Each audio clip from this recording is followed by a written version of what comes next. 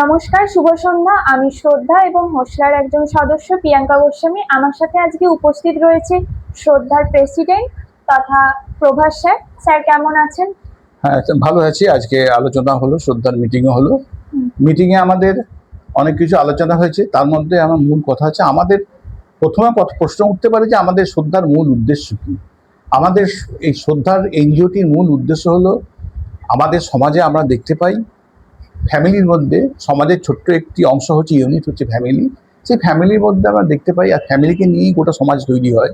সেই ফ্যামিলির মধ্যে আমরা দেখতে পাই যে বয়স্কদের উপর নানা কারণে মানে নির্যাতন হয়। সে কারণগুলো হচ্ছে, এক নম্বর হচ্ছে অর্থনৈতিক হতে পারে, মানসিক হতে পারে, শারীরিক নিপীড়ন হতে পারে, এরকম ধরনের অনেকগুলো, বা নেগলেক্ট হতে পারে, অগ্রাহ্য, বয়স্কদের অগ্রাহ্য করা, যেগুলো তাদের প্রয়োজন খুব বেশি।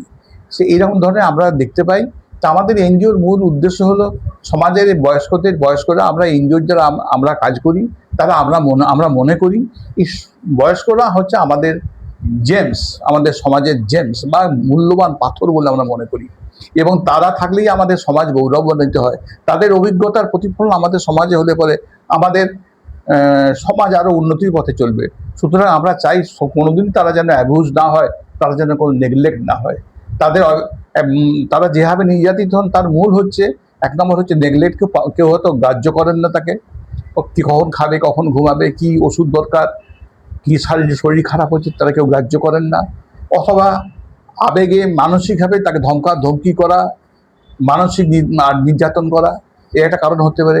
অর্থনৈতিক হয়তো কোনো স্বাধীনতা নেই, হাতে কোনো পয়সা নেই, অথচ বয়স্ক পুরুষ ও মহিলা এক সময় কাজ করেছেন, প্রচুর অর্থ রোজগার করেছেন, সংসারকে দেখেছেন, সংসার প্রতিপালন করছেন, কিন্তু বর্তমানে শারীরিক অক্ষমতার জন্য উনি কোনো অর্থনৈতিকভাবে একবারে কি বলবো, অসহায় হয়ে গেছেন। তার হাতে কোনো পয়সা পাতি নেই, ছেলেরা বা ফ্যামিলি মেম্বাররা তাকে কোনো সাপোর্ট করে না। এইরকম ধরনের বিভিন্নভাবে নির্যাতন আমরা দেখতে পাই। তো আমাদের এই উদ্দেশ্য হচ্ছে, আমাদের এই উদ্দেশ্য যে এই এনজিওর উদ্দেশ্য হচ্ছে বিনামূল্যে, মূল কথা হচ্ছে ফ্রি বা বিনামূল্যে তাদেরকে ইমোশনাল সাপোর্ট দেওয়া। মানে তাদের ফ্যামিলিতে সাপোর্ট, কীভাবে আমরা সাপোর্ট দেবো? সাপোর্ট হচ্ছে, আমরা কাউন্সেলিং করি, আমাদের কাউন্সেলিং এক্সপার্ট আছেন, কাউন্সেলিং করি, লয়ার আছেন, যাতে আমাদের সুপ্রিম কোর্টের একটি ক্লজ আছে, যেখানে বয়স্করা কিন্তু কোনোভাবে যেন নির্যাতিত না হয়। আমরা আইনের দিক দিয়েও তার সাপোর্ট আমরা দেওয়ার চেষ্টা করি, কাউন্সেলিং করে সাইকোলজিক্যালি আমরা তাদের সাপোর্ট দেওয়ার চেষ্টা করি, এবং বিভিন্নভাবে তাদের সঙ্গে সমাজে তাদের যারা নির্যাতন করে তাদের সঙ্গে আলোচনা করে একটা সমস্যার সমাধান করার চেষ্টা করি। এই যাবৎ আমরা 8-10-12টা আমরা সমস্যার সমাধান করেছি। এইটি আমাদের মূল উদ্দেশ্য। স্যারের কাছ থেকে যেটুকু জানলাম তার ভিত্তিতে আমরা বলতে পারি যে শারীরিক এবং মানসিক এই উভয় প্রকার যে ধরনের নির্যাতন বয়স্ক মানুষের উপর দিনের পর দিন হয়ে আসছে, সেগুলিকে নির্মূল করাই এই এনজিওর মূল লক্ষ্য বা উদ্দেশ্য, তাই তো স্যার?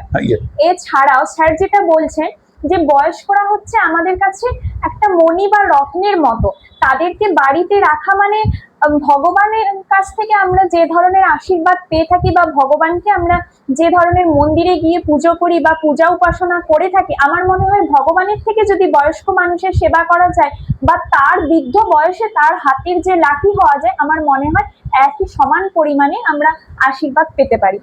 তো স্যারের কাছে আমরা পরবর্তী প্রশ্নে যাব যে স্যার, এই ধরনের যে সংগঠন রয়েছে সেটি সমাজে ঠিক কতটা প্রয়োজনীয় বলে আপনি মনে করেন? আমাদের সমাজে, আমাদের ভারতবর্ষে এখন ইউরোপীয় মানে পাশ্চাত্য ধারার কালচার চলে আসছে, ভাবধারা চলে আসছে। একদম। আগের দিনে আমাদের এখানে ছিল কি, সবাই মিলে একসঙ্গে, কি বলবো ওটাকে, সবাই মিলে একসঙ্গে বসবাস করতেন। হ্যাঁ, কাকিমা, কাকা, দাদা, বাবা সবাই মিলে একসঙ্গে জয়েন্ট ফ্যামিলি ছিল। সেটা এখন আমাদের অর্থনৈতিক কারণে হোক, সামাজিক কারণে হোক, বা বিদেশ থেকে কালচার, ইউরোপীয় কালচার এসে প্রবাহ হওয়ার জন্য আমাদের সেই ফ্যামিলি, জয়েন্ট কালচারের ফ্যামিলি, সেগুলো সব ভেঙে যাচ্ছে, ভেঙে নিউক্লিয়াস ফ্যামিলিতে পরিণত হচ্ছে। মানুষ সবাই স্বার্থপর হয়ে যাচ্ছে, এবং এর রেজাল্ট দেখা যাচ্ছে। মানুষ, এক নম্বর কথা, ছেলেপেলেরা স্বার্থপর হয়ে যাচ্ছে, তারা বা তাদের বাবা মাকে আর দেখে না, তার রিজেক্টেড হয়ে যাচ্ছে সমাজের তরফ থেকে, তার বাবা মা কিছুদিন পর।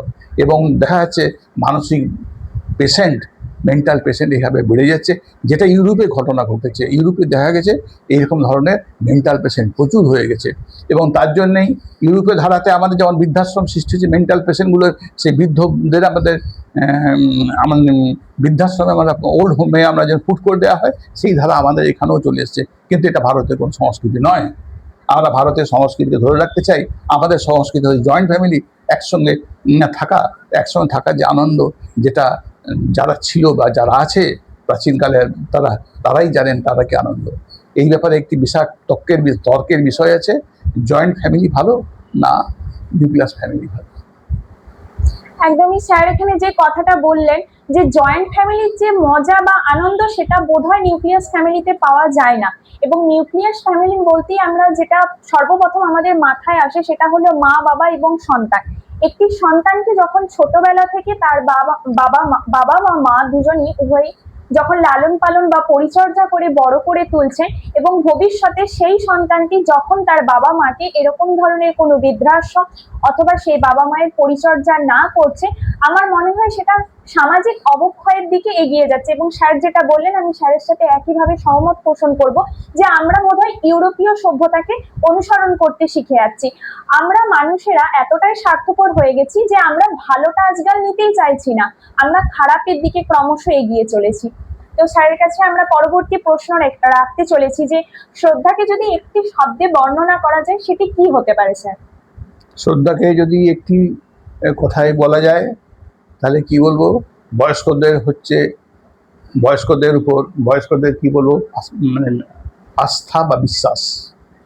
একদমই তাই স্যার, যেটা বললেন শ্রদ্ধা মানেই আমরা যে শব্দটা প্রথমে মাথাতে আসে, শ্রদ্ধার আগে মানুষকে আমাদেরকে ভালোবাসতে হবে, এবং একটা মানুষকে ভালোবাসা তখনই জন্মাবে যখন সেই মানুষটার প্রতি আমাদের আস্থা বা বিশ্বাস জন্মাবে। এবং এই তিনটি শব্দই স্যার কাছাকাছি, তাই সমপর্যায়ের বলা যেতে পারে। তো স্যারের কাছে আমরা পরবর্তী প্রশ্নতে যাব যে স্যার, শ্রদ্ধা এনজিওর বিভিন্ন ধরনের কার্যকলাপের সাথে আপনি যুক্ত ছিলেন, এবং সব থেকে কোনটি আপনাকে বেশি অনুপ্রাণিত করেছে? শ্রদ্ধার এনজিওর কাজে যে আমি প্রথম থেকে যুক্ত হয়েছি, ভাবতে ডে ওয়ান যাকে বলে, সেখানে আমি মেন যেটা হয় কাউন্সেলিং করি। কাউন্সেলিং সম্বন্ধে আমরা পড়াশোনা করেছি, সেই কাউন্সেলিং বিভিন্ন রকম থেরাপি আমি করি, সেটা আমি শ্রদ্ধা এনজিওর সঙ্গে যুক্ত আছি। একটি রিহ্যাব সেন্টার আমাদের বিষ্ণুপুরে আছে, সেই রিহ্যাব সেন্টারের সঙ্গে আমি যুক্ত আছি। সেখানে প্রতি সপ্তাহে যাই, সেখানে কাউন্সেলিং করি। যারা অ্যাডিক্টেড থাকে, কেন অ্যাডিক্টেড হয়ে যায়, তাদেরকে সমাজের মূল স্রোতে ফিরে দেওয়ার জন্য যে সমস্ত আলোচনা, থেরাপির প্রয়োজন হয়, মেন্টাল থেরাপির প্রয়োজন হয়, সেই থেরাপিগুলো আমি করি। এবং শ্রদ্ধার সঙ্গে যুক্ত হয়ে আমি এই কাজগুলো করে যাই। যে সমস্ত বয়স্কদের কেস আছে তাদের প্রবলেম সলভ করার আমি চেষ্টা করি, এবং কয়েকটা সলভ আমরা করেওছি ইতিমধ্যে। বাহ, এটা জেনে খুবই ভালো লাগলো। এবং স্যার যে এই বয়সে এসেও এই ধরনের কাজের সঙ্গে যুক্ত রয়েছে, এটা ভেবেই আমাদের মন আনন্দিত হয়ে উঠছে। এবং স্যারকে আমরা পরবর্তী প্রশ্নতে চলে যাব, সেটা হচ্ছে স্যার, যদি নবীন প্রজন্মের কেউ এই শ্রদ্ধা এনজিওর সাথে যুক্ত হতে চায় তাহলে তাকে আপনি কি বার্তা দেবেন, বা সে কিভাবে যুক্ত হবে? ফুলমালা দিয়ে আমরা আহ্বান জানাবো, ফুলমালা দিয়ে বরণ করে তাকে আহ্বান জানাবো। আমাদের বেশিরভাগই বয়স্ক লোক, তারা বেশি ফিজিক্যালি কাজ করতে পারেন না, মানে অত সময় দিতে পারেন না। যদি নবীনরা, যদি এর মধ্যে প্রবীণদের সঙ্গে যদি নবীনরা যদি যুক্ত হয়, তারা যদি প্রচণ্ড উদ্যম নিয়ে, সত্যিকারের উদ্যম নিয়ে, ভালোবাসা নিয়ে এবং ডেডিকেশন নিয়ে আমি কাজ করবো, এই হিসাবে নিঃস্বার্থে কাজ করবো। আমাদের যেমন নিঃস্বার্থ বিনা পয়সা আমরা কাজ করে যাই, চেষ্টা করি যতটা পারি, সেরকম যদি কেউ নিঃস্বার্থ কাজ করতে যায়, আমার তাদের ওয়েলকাম রইল। তো যেরকমটা স্যার বললেন, এছাড়াও আমাদের শ্রদ্ধার তরফ থেকে একটি ওয়েবসাইট প্রোভাইড করা হচ্ছে আপনাদেরকে, shraddha.khosla.in। এছাড়াও আমাদের একটি নাম্বার রয়েছে, সেই নাম্বারের সাথে আপনারা যোগাযোগ করে নিতে পারবেন অবশ্যই।